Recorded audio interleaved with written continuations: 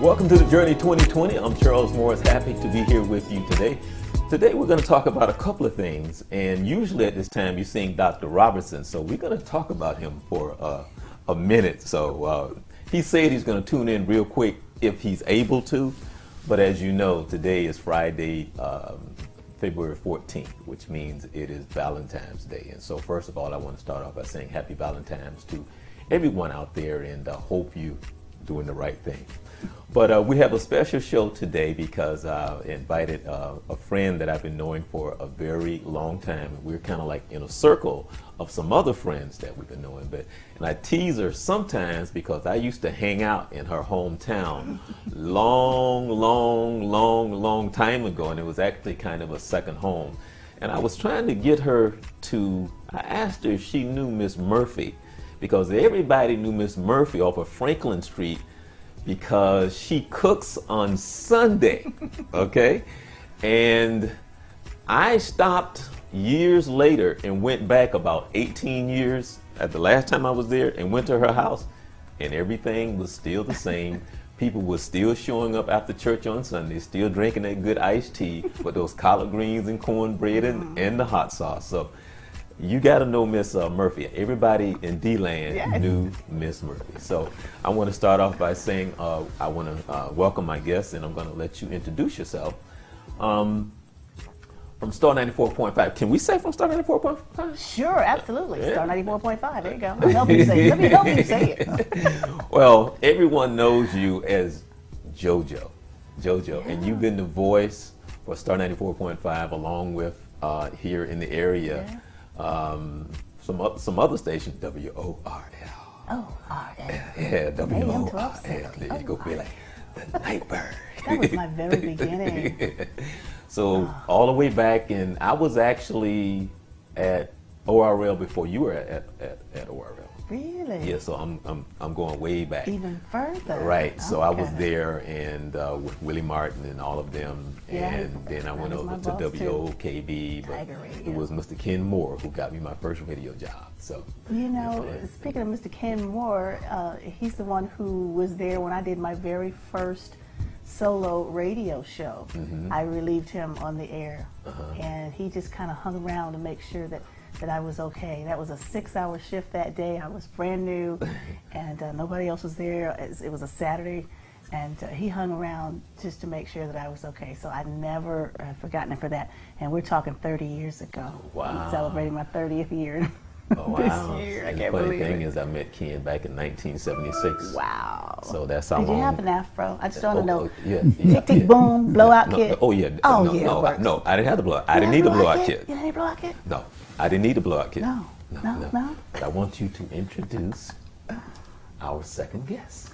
Our second guest is, and I need to really thank him for being here tonight as well. We're going to talk about that. I know. We're going to talk about that. This is Dr. Faisal Faqih. This man has saved so many lives. He probably knows about some of them, but not all. But he is the medical advisor for my Let's Kick Asthma educational support group, and head of Florida Pulmonary Consultants. So, Dr. Faqih, thank you for being here. Well, Jojo, you got me here, but really, I have to say, I'm really glad to be here. Well, first of all, are you married? Absolutely. 5 kids too. Okay. All right. So that's one of the first things we want to talk about is that we want to talk about Valentine's Day. Yes. Okay. That's the first thing we want to talk about. That's then right. we're going to get to your event. Right. So I have the female and I have the male, both married, right? Yes. So I want to ask you, how important is this day? Well, Doctor, let's first start off. How important is it in the sense of how long you been married? 24 years. No. Nice. Okay, well, first I got to say this. Dr. Robinson was supposed to be here, okay? Oh. For people that know, Dr. Robinson hosts, he's my co-host, and he starts off every show, and then we come to me. So he starts off the show. Well, we talked about this show, and at the time, he was coming on. And then I got a call from him about 2 days ago. He said, I can't get away with it. He said, I thought that I could come do the show and then go do what he wants to do. And But he said, I can't get away with it. You're going to have to do the show by yourself because I got it. He said after being married for over 30, wow. maybe he said 40. Oh. So either he said 30 or 40 years, he still can't get away with it. So whatever that means. So I will ask you, doctor, what is it that he can't get away with? Oh my goodness. It costs me a lot. So Jojo, Oh my goodness. it cost me a big present. So now, from a woman's perspective, how your friends, do you talk about something like this among the female friends? No, most of my female friends are single. But still. No, we don't really. I mean, honestly, we really don't make a big deal out of it because I just come from a circle of people, my husband included, where every day is cool, every day is special, every day is, you know, I'm going to do something for you just because. And so when this day comes along, it's like, oh yeah, that's right. Oh, it's Valentine's Day. Yeah, right. Okay, you know. So okay, now, we kind of go along a little bit with the rest of the world, but we really don't get way into it. I'm serious. Wait, I'm here tonight and I don't have any problems. Wait a minute. What? Now, I'm going to get real with you. I'm getting real with you. Go ahead. Okay, I'm going to get real with you. All right. Okay. To be honest with you, Yes. I've had this argument through all the talk shows that I've done. Okay. I have that same argument, whether or not it's Valentine's Day, Mother's Day, or Christmas, or something like that. Because for some odd reason, the husband could be a great man all of these days, Monday through Friday, even on the weekends. Then somehow there's a special judgment or something that takes place on certain particular days or holidays where he's been great throughout the year. And then let's just say he forget a birthday, or let's just say he forgets the anniversary, or let's just say he didn't quite measure up to whatever that is on Valentine's or whatever it is. Then all of a sudden, he's not this guy that's been good 365 days of the year. Now you know you got girlfriends like that. I'm sure I do. Right. And so I'm saying, so I'm asking in your circle, in the attitudes and the outlooks on life, because it's great that God has blessed you with that outlook because you see a bigger picture. Thank him every day. Your feet are on the ground. Okay, and you see what is real and what life is really about versus something that we have made up really to make money. But asking from a woman's point of view in that circle and your friends, that they don't have that conversation and talking about what he should do, and they're judging him and they're upset and they're mad, and they don't have that conversation that you know about? Sure, and I wasn't always the way I am now. I didn't always feel this way. Now we're getting to the real thing. There you go. Okay, now that's Reaching what a I was breakthrough. looking for. Yeah. Okay. I didn't always feel this way. No. So when you was wherever that was, Talk about history. Okay. okay, Right. So what was that like? As far as it was the I mean, expectations. Yes, there were expectations. Right, the expectations. Yes. How did that affect your relationship, and what type of conversations did you have? Well, honestly, I've never been in any relationships where the guy is forgotten. You know, he's always stepped up. So. Okay. But now, yeah, there have been some conversations about, you know, when they don't step up, they're walking on thin ice. Okay. They're 2 steps away from the door, 2 steps away from to the left. Now, do you feel, when you think about your past, or even when you think about some of your girlfriends, do you think there's been some injustice when it comes to the guy and how he was treated and the things that took place? No. Absolutely not. I mean, injustice, no. Really? No. You don't think that you may have been unfair? Why? What's so hard to remember? Like you just said, it's all about making money, and they start putting Valentine stuff up in December. It seems like anyway. How are you gonna forget when all the stores are decorated and it's everywhere? It's at the front of your mind. They make sure you don't forget. You don't go to the stores all the time. It's on TV. It's on commercials. It's on. So, but what I'm saying is, so you're, and I'm getting to the point of you're now judging him based on a day when he's been good 6 days out of the week. Now there's one day that he didn't remember or didn't measure up. Then all of a sudden he's not the guy. He don't love you. He don't care for you. He wouldn't be there for you, because that's really what you're saying. Yeah, but if he's good the whole time, then it gets to the point where I am now. Then we really don't make a big deal out of it, you know? Oh, see, now you done switched it up. If he's as good as you're saying, if he's so good, he's not going to forget. We're talking about two different things, but that's okay. I know. Okay. No, he's not going to get kicked out. Okay. He's not going to get kicked out. Okay. But he's going to get the side eye. Okay. Now, let's get to your event. Oh, no more Valentine's Day. Well, because I'm trying not to get frustrated, because I know as a guy, and I'm saying not that I'm not the guy that don't step up. That's not what I'm saying. But I know what it has done, not necessarily you, but for the guy who's trying, and let's just say that he's not able to be able to give her what he really wants to, and he's working hard, and let's just say it's not even her, okay, because she's cool, but then she tells the girlfriends. Yeah, exactly. See, that's why you start laughing. That's when you give the attention, the personalized attention. You know, if you can't afford, to give the way you want to give, then that's when you give the attention. I got that. But see, what I'm talking about the mindset and the pressure that comes from he's trying hard. He's a hard worker. He's dedicated. He's being a good father. He goes to work. He's trying to take care of the home. He could be working 3 jobs. He has several kids. And he could be taking care of her kids. And the girlfriends, because, she finally have gotten to the point where she's not where you used to be. She's where you are now. But now you have to, from the pressure from, the girlfriends and friends and whatever. But I'm just telling you, you have no idea what that's like as a guy who's trying to love her and be there. And as a man, you have no idea how that tears you down when really you're supposedly there to try to build me up. Tell her that. Just what you just told me. Tell her that. Oh, okay. Tell her that. Okay. Communicate that. But see, she should know that. Oh. Yeah, I know. Yeah. Okay. Well, yeah. Well, I that don't mind think reading you're class. gonna win this one. No, that mind reading class, I dropped that. I was gonna fail it anyway, so I just went ahead and dropped it.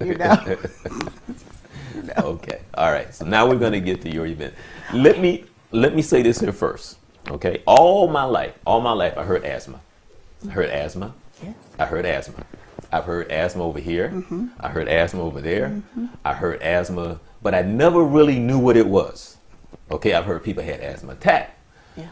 I heard somebody say something like, and it was asthma. Mm. But in reality, and even to this day, I still don't know what it is.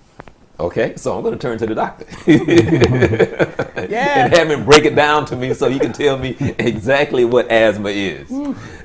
Well, asthma is an abnormal response of the bronchial tube. Basically, at some moment, the bronchial tubes get into spasm that doesn't allow air to get into the lungs. So. And you just suddenly can't breathe. You are not able to do what you were doing before. You start wheezing, you start panting, and you start getting very short breath. Is an allergic reaction, or is an abnormal response to something in the air? A lot of the time related to allergies. No. Okay. Now I'm going to kind of relate it to myself. Okay. I know nothing about asthma, but I've had bronchitis as a little kid, and I can remember every other word I was with the bronchitis. Is it anything? Is it? What's the difference? Yeah. What's the difference between every other word I'm trying to breathe and I can't versus the asthma? And how do you know that it's not asthma or the difference between bronchitis and asthma? Okay. Yeah. Bronchitis is an inflammation of the lining of the bronchial tubes. Okay. When that inflammation is associated with a spasm or narrowing of the bronchial tube, that turns into an asthma situation. So in an asthma attack, you have the inflammation as well as the spasm of the bronchial tubes. Okay. In the bronchitis, you mostly have the inflammatory part of the lining of the mucosa. Okay. So in your case, you may have had asthma at that particular point if you were describing the wheezing and the difficulty that you had. Right.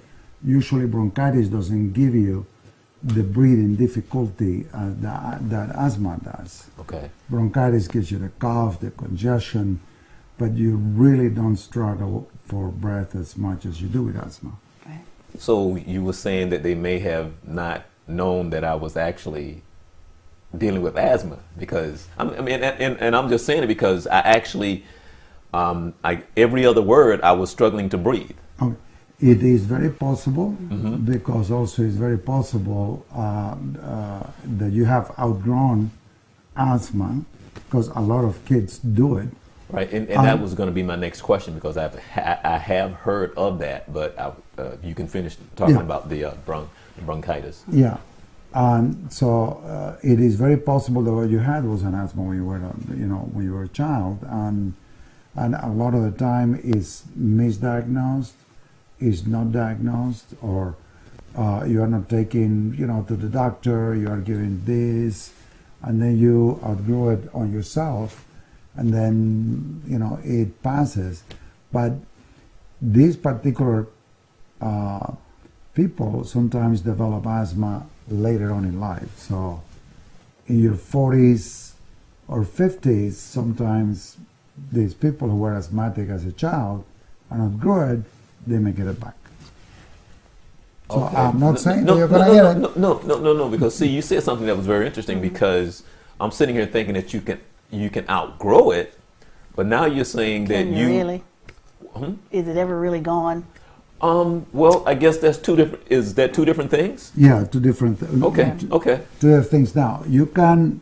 Some people outgrow it, and it never comes back again. Okay. Some people never really goes away. Okay. It's a continuous. Some people get better after puberty. They get better for the 20 to 30s, and then it comes back at the age of 30, and then they continue to have problems on and off. It really, asthma is so unpredictable that really affects people in many different ways. Some people just had it whenever they get a cold, then they develop asthma symptoms. Some people have it all the time. Some people have it on the winter time. Some people have it in the summer. Some people have it whenever they get exposed to cats or they're exposed to dogs. So it's really varied. But some people, it goes away just on its own, just like that. So now you kind of explained it, but of course from a medical standpoint, I don't really understand. Okay. And so I ask, is there treatment in the sense that, because we're always trying to find a cure for cancer, is there such thing as there could be a cure for asthma? I think so. I think eventually. I think they are working. They are working a lot in different treatment modalities to try to stop asthma right before the starts. Now, is this something that's hereditary, something that is passed on from mother to child, or from father? Is it more that the child may get it from the mother side or the father side, or does it matter? It doesn't matter. both parents actually give the same amount of chromosomes, so you could get it from either side. Either side. But it is an hereditary condition. Okay. It runs in families. It starts, could start at early age, or could start sometimes At 40. at 40. Well, see, the thing is that we had ran in a health fair event for the county, and somebody had told me, and I forgot who told me. They said JoJo has been doing the weightlifting thing and been doing bodybuilding, and I was like, There were oh, a couple competitions, yeah. right. And so when I saw Miss JoJo, I was like, oh, Miss JoJo getting up there, she all fine and everything, you know, look at Miss JoJo, you know, she would, I almost told her to give me a little flex, but I was like, nah, So we had ran into the Orange County, what is that? The Orange County. It was the Washington Shores Health Fair, I think. Right. It's a 3K, I believe it was, that we did that day. Right. Yeah. And as a matter of fact, I have the picture of us finishing You sure do. the cross line. Yeah. I have it up on my Facebook. Mm-hmm. Yeah. Was crossing the, because I was saying I look stupid, That was fun. And it had been a while, and I hadn't seen you. Yes. And then you came and you tapped me on my shoulder. Yes. And you go, oh, you may not recognize me. And I looked and I was like, huh? But then I didn't know. You said, I don't forget what you said to me. I know you may not recognize me, but. But what I'm saying is that you didn't say it was the asthma.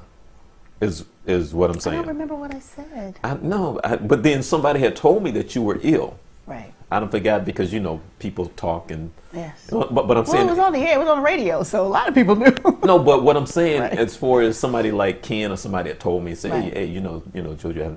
So it was then that I go like, so now you go from running the race, doing the bodybuilding. Right. So tell me about what happened. About what happened? Yeah. Well, actually, with me, it was something a little different. Yes, I developed asthma as an adult at the age of 40, but several years later, I developed pneumonia, which I was treated for at the hospital, released. A couple months later, I'm right back in there with pneumonia again.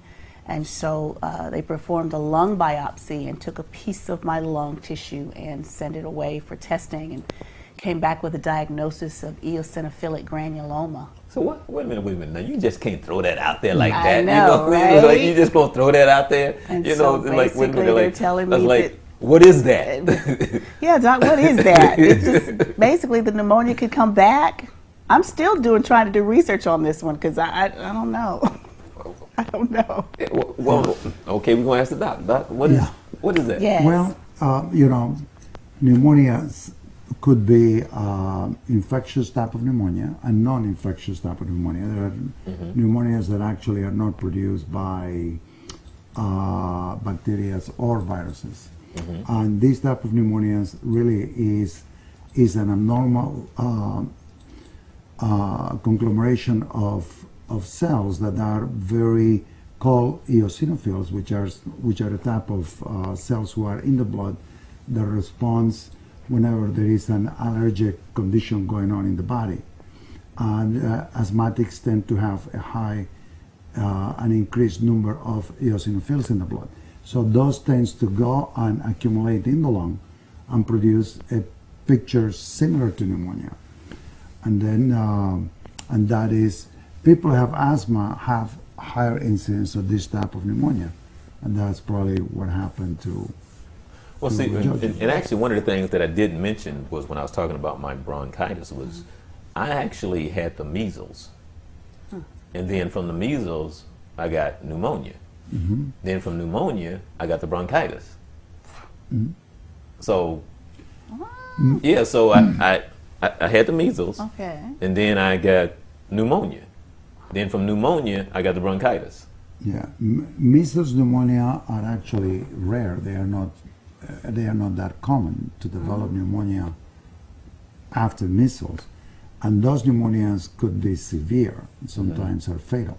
Right. So, and I was one of these sickly children that always had a cold. So, but I'm just saying, I always had a cold. I was born with a cold, and I don't think I got rid of it till I was like 18 years old. I was a snot-nosed little kid you don't want to sit next to in class, because I was always, you know, and to me it was regular to have a runny nose, you know, so I was that kid. Oh no. So go on. Okay, so they treated it and still treating it with steroid medication. So that time when I walked up to you and tapped you on the shoulder, I was within a matter of about 4 months, 65 pounds heavier. And a lot of it was in the face, still some of it there. And so a lot of people who've known me for years, they'd have to do a double take. They're like, is that JoJo? Right. You know, so. Right. So, but now from where you are, when you first found out, and how long ago was that? How long has it been now? I was first diagnosed with the eosinophilic granuloma in December of, when was it? Well, it's been over a year. I know that. Because I spent so much time in and out of the hospital in 2012, I lose track. But it's been over a year since the diagnosis. Now, tell us about the severity of it in and out of the hospital. How severe was it, or how severe is it? Well, that's the thing, because with the pneumonia, I never really had any of the same symptoms as my asthma.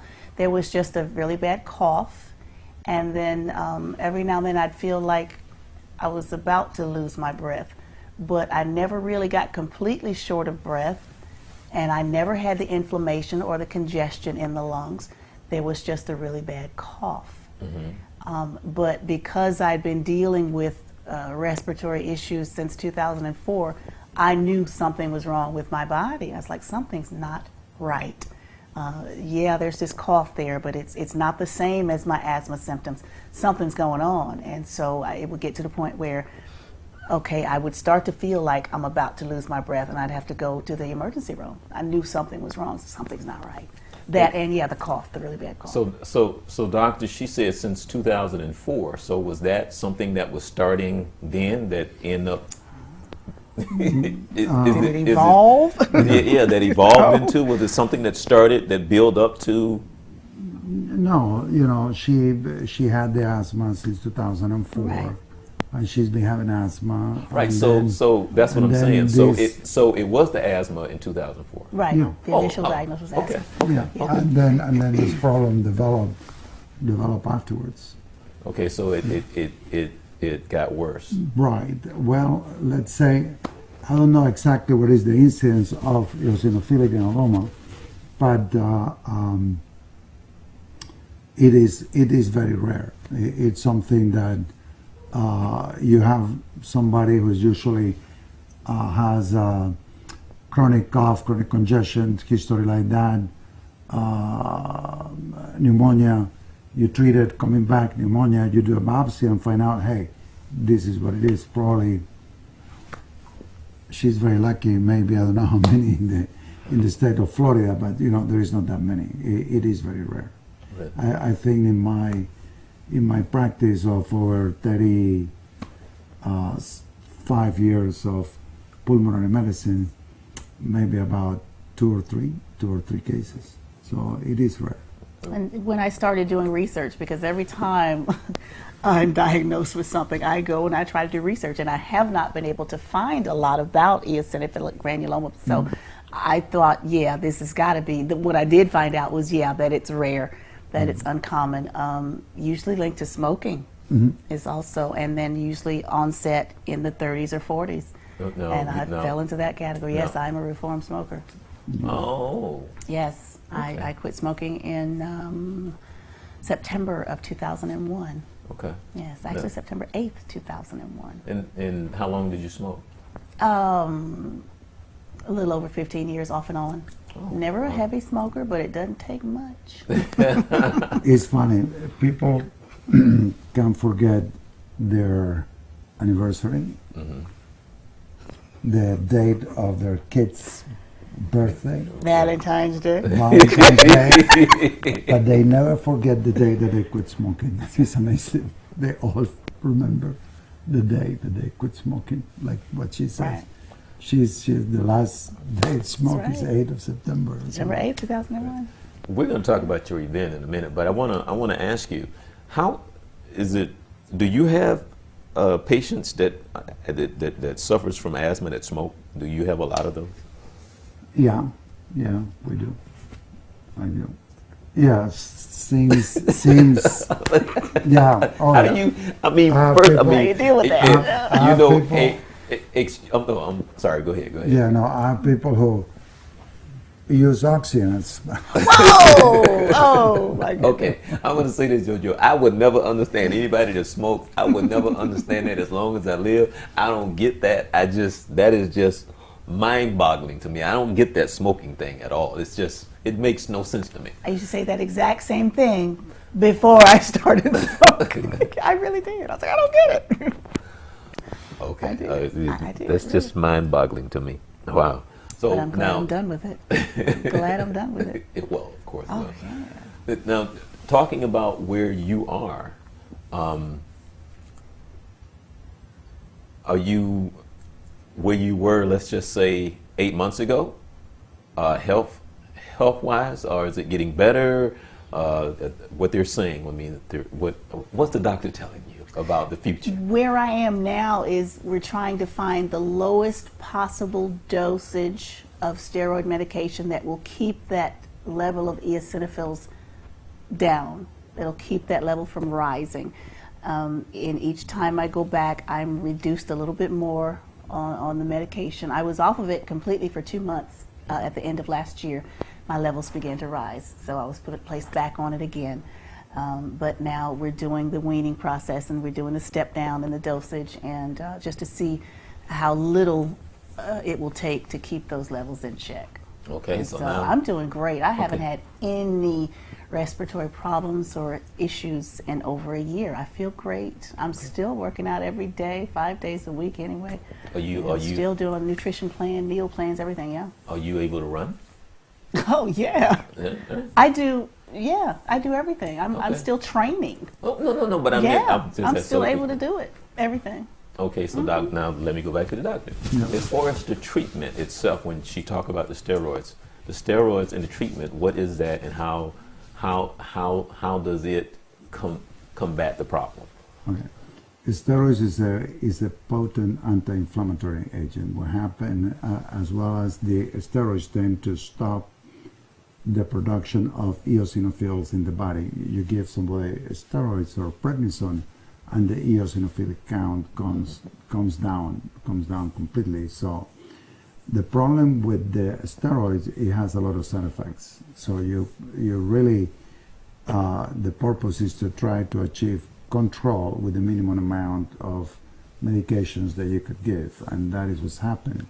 They you give the steroids, you control, then you start reducing the steroids, and to watch and see the reaction and see.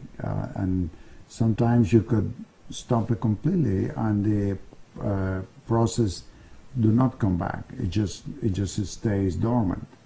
And sometimes once you stop it, it starts coming back again. So you have to go back and do the same process all over again, because there is no specific amount of medication that controls that for that particular person. It just changes from person to person. Okay. And that is how we do it. Yeah, trial and error. So We how tried was it. it? Trial and error. How was it for you when you realized that you had this? Now you had to take the steroids, and I don't know to what degree that they talked about the side effects, and whether or not whatever those are. Because I mean, I'm pretty sure there's more than one. Could Oh, be yes. more than two. Okay.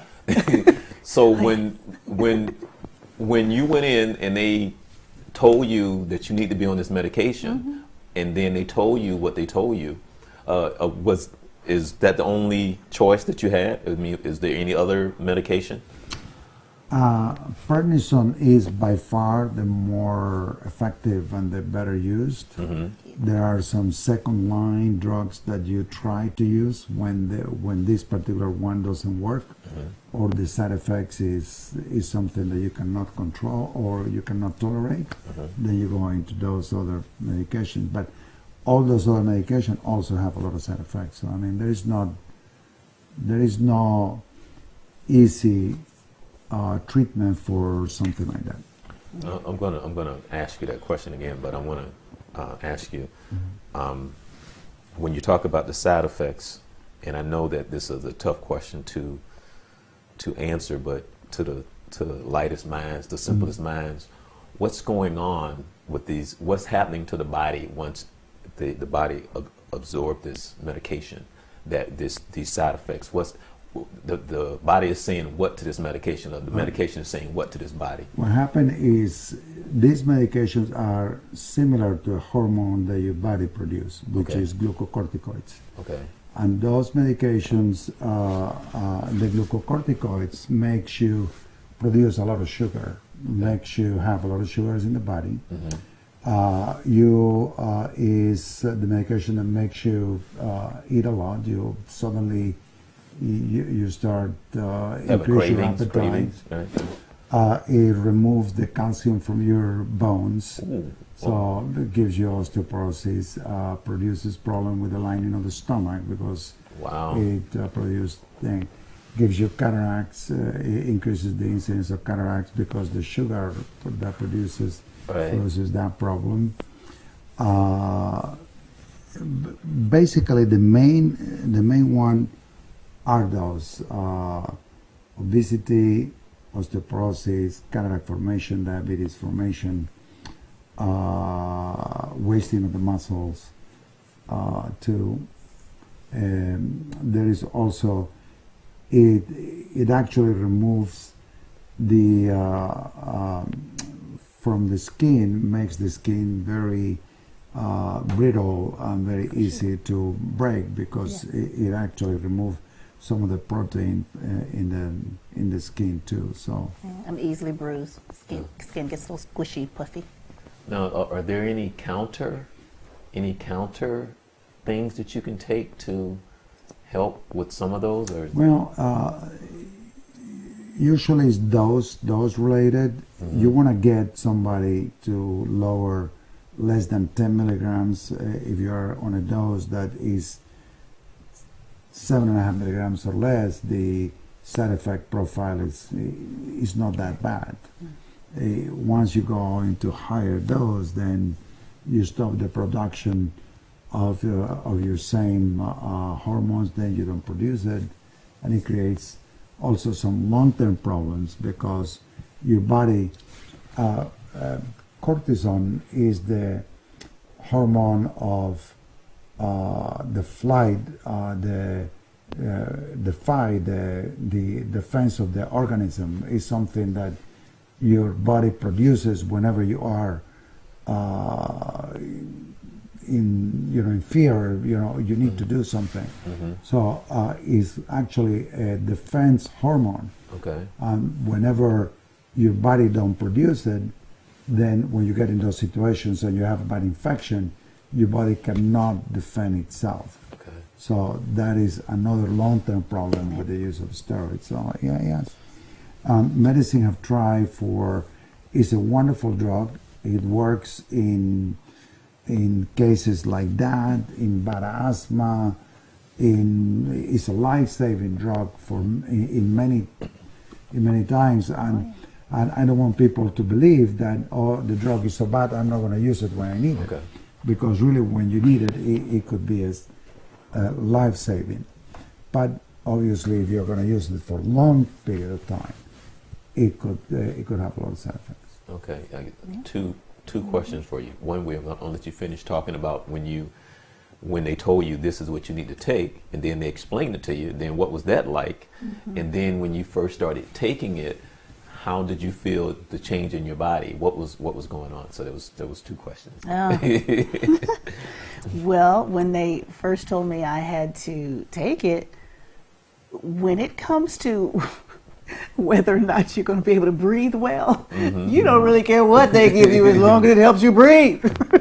So at that point you just said, Yes. I just wanted to breathe. I need to breathe. Right. It's vital. I need to breathe. And it really does give you a boundless energy. I started off on a 40 milligram a day dose in December of 2012, and I was bouncing around. It gets so much energy. Yeah, so I wasn't upset about it at all. I was glad because I started feeling great. My breathing was great, and my energy level was high, and I knew that my lifestyle would go a long way toward helping me combat some of the negative side effects, because I am somewhat of a health nut to a certain extent, you know. So that would help a lot. And what was your other question again? What did I do? Or how did I react when they first told me about it? Right. And then, well, and when your body started to change. yes, when my body started to change. Okay, so what was that like? That was difficult because I've always been thin my entire life. So it came a point where I had to learn how to handle myself being a bigger size, you know. And I kept noticing my clothes were getting tighter and tighter. I was like, well, I guess I gotta buy some stretch clothes, you know, get some bigger clothes. But that was it. I mean, I was really just so grateful and thankful to God to be alive that was just secondary. You know, the vanity goes out the window. It's like, I'm happy to be alive. And it just changed my entire outlook on life. Things that I used to think were so important became trivial to me. Like Valentine's Day? One of the many things, yes. Each day is Valentine's Day. That's one of my favorite songs, My Funny Valentine. Yeah, but it really, when you get to a point where you don't know where your next breath is coming from and you don't know if you're going to live or die, you know, it really just changes your entire outlook on life. And I am just joyful every day. I mean, I always was, anyway, a very happy person. True. But this went much deeper on a spiritual level as well, and I'm just grateful to God to be here. And so now I figured, okay, this must be a part of my purpose. I need to try and help other people deal with this and learn about it, because like you said in the beginning, asthma, one of those familiar terms. What do we know about it? Not a whole lot at all. You know, other than it's just spelled funny. Spell funny. We don't know much about it at all. One thing about asthma is one of the few diseases that actually are increasing in frequency. I mean, you know, so cancer is going down, and everything is going down, but the asthma is continue to go up. Why is that? Because I want to ask you about that. There's more and more research over the years. Why do you think that is, Doctor? Well, I think that several things. As we become a cleaner society and we protect our kids from getting dirty in the mud, they don't develop, their immune system is not as developed as we used to be. So whenever we are exposed to later on in life to things, our immune system don't know how to react. You have to figure out that our immune system is like an army in our body. You know, when you train an army to fight properly against all of the viruses, everything that is going to attack you. But when you don't, sometimes the army react inappropriately.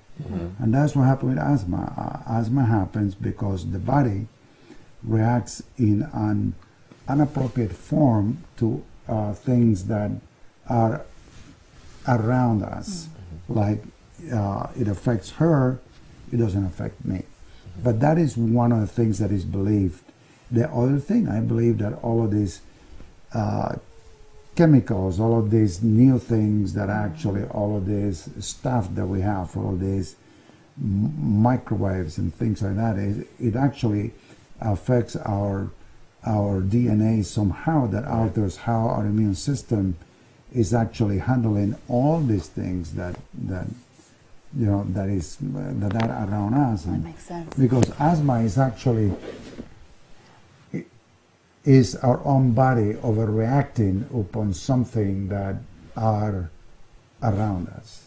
It's like you come in and there is a cat in the house. Mm-hmm. Some people are very sensitive to that, and then their own body to those cat proteins react in a way that it just tightens up your bronchial tubes, and that is an abnormal reaction to something that you shouldn't react that way, and that is what asthma is. So, Do some people, excuse me, some people have allergies but aren't necessarily asthmatic, yeah, exactly. right? Yeah, some people don't, and it's probably related to, because there are similar disease, or one produces the other, but they are not the same. You could have asthma and don't have allergies, or any allergy at all, and you could have allergy and then you develop asthma later on. Right. So they are very strongly associated, but they are not single one. So Okay. Now this is a question I've always wanted to ask. Okay, because you see the people with the inhalers, right? And they shake it real fast, they shake it, and they go, what's going on? What's going on? And then they go, Quick relief. and then they go, what's going on there? What's happening there? it actually that has a medication. That burst of medication. That burst of medication Okay. goes into a nerve ending, goes into a cell that tends to open up it opens up the bronchial tube. It allows that air to get in. Okay. Those are bronchodilators, and and that is what they do.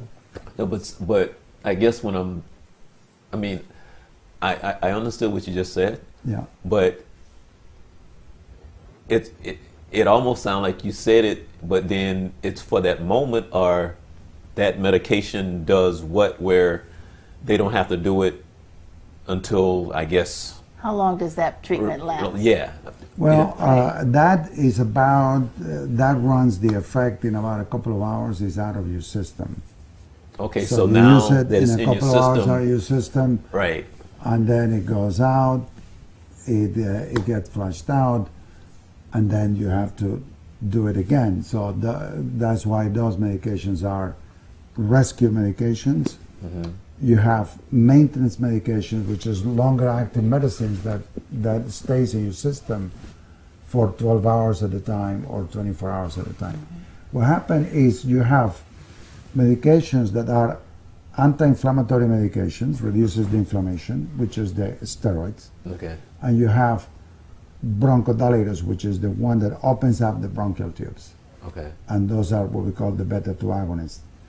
And then when you use the beta-2 agonists, those are quick acting, and they just open up the bronchial tubes and allow air to get in. The other ones takes a little longer, but are a more permanent things, tend to reduce the inflammation in the bronchial tubes. Now, So those ones you use. now I'm going to ask a stupid question. Okay. When she was having the problem that she was having, so something like that wouldn't help her for that moment to breathe, because she said she was trying to breathe. Yes. So something like that wouldn't help her for I don't know. It did. Yeah. It did. Yeah. So, but that helped you, but it didn't stay in your But- system. There were times when there was so much congestion and inflammation in my lungs that was just a quick relief that didn't last long. I'd gotten so bad that it was time to call in, medical professionals. Okay. I need help here. Now Yeah. I've heard, and I know it's true, what they said, people have an asthma attack and people die. Okay. So what happens that it gets so severe that they just can't breathe? Is that what happens? Yeah, what happened in there is that the bronchial tubes, whenever they are inflamed, they produce a lot of mucus too. Okay. The mucus become very thick and tends to plug the air going into the lungs. Remember, the bronchial tubes is like a tree upside down. You have a main trunk and all these branches that leave, that takes the air to the alveoli, which are the leaves. So these bronchial tubes, instead of being open to allow air to get in, the walls get so inflamed, and the mucus cells, the mucus glands, produce a lot of mucus, and the mucus tend to plug all these tubes, all these branches are plugged. So you try to breathe, and the air doesn't get into the leaves, into the alveoli, and that is what happened. And people, the usual die with an asthma attack are people that usually are not under the care of a doctor, who usually delay seeking help, that do not take medications, that take long to seek medical help. Okay. A lot of people still died with an asthma attack. Okay. And I would say 80% of those are probably preventable if you get treated soon rather than later. Okay. Believe it or not, we've been talking, but we got 8 minutes to talk about your No event. way. We got 8 minutes. But I was just going to kind of segue into that, because that's right. a big part of the reason why I decided to start an asthma support group, because I was in denial for a long time. No, I don't have asthma. Oh no, I don't need to be treated. And the times when I got pretty bad and couldn't breathe very well, yes, it was my fault. I was thinking that I could handle it myself. I was thinking I could treat myself at home. So these are the things that I've learned over time and over the years, and I figured, I said, you know what, I'm kind of somewhat halfway intelligent. If I'm going at it the wrong way, maybe there are other people who, could benefit from some help here, if we all just get together and talk about it and bring in a medical advisor to make sure that we're giving proper, he's giving proper medical advice or answering the questions that we can't, because we don't give medical advice to support group members. We leave that to the doctor. But we talk amongst ourselves, because I've learned a lot from other asthma patients, just talking about, hey, what worked for you? What are your symptoms, and what was it like for you, and that kind of thing. We learn so much. We learn how to use those inhalers. We learn about the medications. We learn our limitations and what we can and cannot do when it comes to our asthma. So the group has been together for about a year now. It's called the Let's Kick Asthma Educational Support Group. We meet every third Thursday, 6 p.m. at Dr. Fakih's facility, Florida Pulmonary Consultants. That is 1788 West Fairbanks Avenue in Winter Park. And we bring in different guest speakers each month to talk about different things. We'll bring in a pharmacist to talk about the medications. I've even had a fitness trainer in there to talk about working out with asthma, knowing our limitations. We just have different topics. We play games. We play Name That Celebrity with Asthma. It's like, well, if they can do it, we can too. So and we kind of make it fun and educational at the same time. And we learn an awful lot from each other, as well as from the medical professionals. And hopefully that's making your job a little easier, and the other doctors too. A better informed patient, I think, it makes it a little easier on you too, right? No, yeah, absolutely. I believe that if people who have asthma have to understand that asthma is not curable. Okay. As of today. We Okay. cannot cure it. That you need to take medications to control it. What happened, the majority of the people, they just take the medication whenever they have a problem, but they don't take medications to control the disease. So they have an attack, and they go from attack to attacks to attack, and they become more and more frequent because they don't take medications to help it control it. So if people would take medication to control the asthma, will follow what we call an asthma action plan, will seek medical advice as soon as they start having problems. I think asthma fatalities could all be avoided. The majority of the asthma fatalities happen because people don't take the medications, they are out of medicine, and then they don't seek medical advice for whatever reason until it's too late, or they have been with this attack for 2 weeks or 3 weeks in it. And then the longer you are on an attack, the tougher it is to break it up. Yeah. How do in your sessions and everything and your teaching, does diet ever come up as far as diet and the things that you should be eating when you're dealing with this?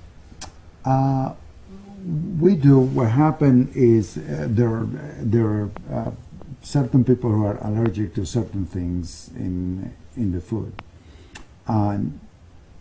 but those are very difficult to really identify. And only the person is the one that that can do this.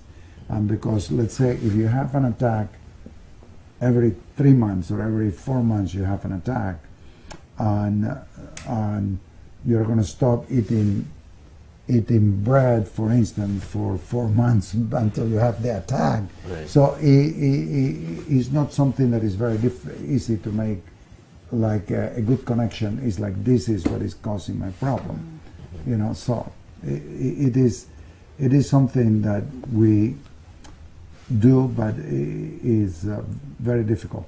Now, one thing that it is happening is more and more research is being done on asthma these days. So I think newer things coming up, very exciting things for people with severe asthma. Thermoplasty now seems to be helping, which is a radio ablation of the bronchial tubes to actually open up the bronchial tubes. That is new and is very promising.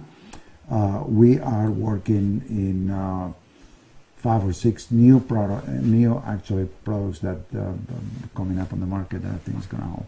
And Dr. McKee is on the research end of things as well. He has an entire research facility there and sleep clinic as well, sleep disorders and everything, so.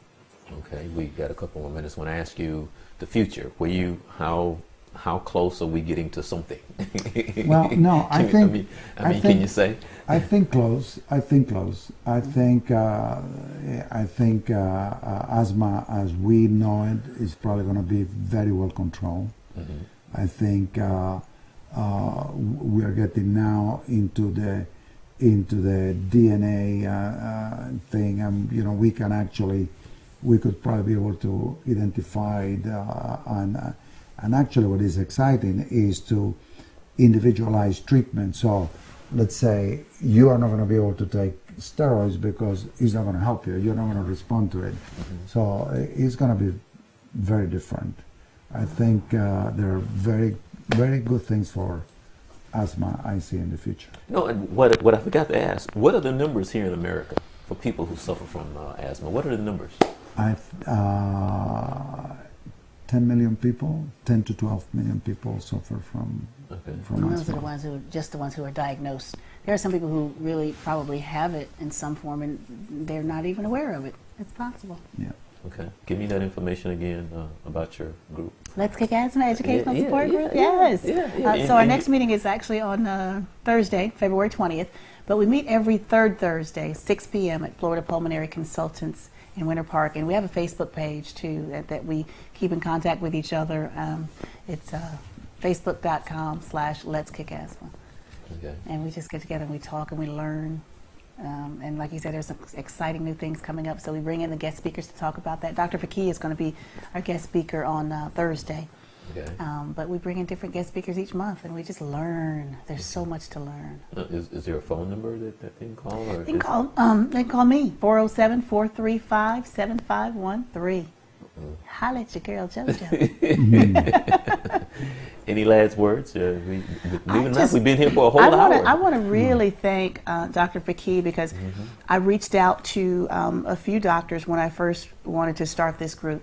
and got no response, but got an immediate response from Dr. Faki, and he and his staff have been so instrumental in helping me get this group up and running. There's not a whole lot that he says no to when I ask him, and I really appreciate that. So I'd like to thank everybody at Florida Pulmonary Consultants. Thank you so much. Also, we have recently become affiliated with the American Lung Association in Florida. They've been very helpful too. The area director, Janelle Middens, and the program manager there, Justin Yelkin, they have been really instrumental in helping the group as well, agreeing to take us sort of under their wing, so to speak, inviting me to their board of directors, you know, so we're just making some moves, and just hopefully it's going to make some things better for a lot of people on the research end, on the treatment end, just educating everybody about this thing. Let's kick ass. We may not be able to beat it right now, but we can kick it, you know, give it a few good swift kicks. Real quick, Doctor, why was it so easy for you? When the phone rang, why was it so easy for you? Well, Because I'm charming. because first I knew Jojo. She was my patient. That number one. Number two, I think asthma is really a disease that the patients can help in the treatment of it. I mean, that the more they know, the easier it is for them to handle, and the easier it is for us to manage it. You know, so I cannot say no to him. All right, I want to thank the both of you for coming out on Valentine's Day. Say Happy Valentine's Day to everybody. Happy Valentine's Happy Day. Valentine's Day. Happy Valentine's Day. Yes. All right, thank you so much for coming on the show. Thank you for having us. Thank you for having us.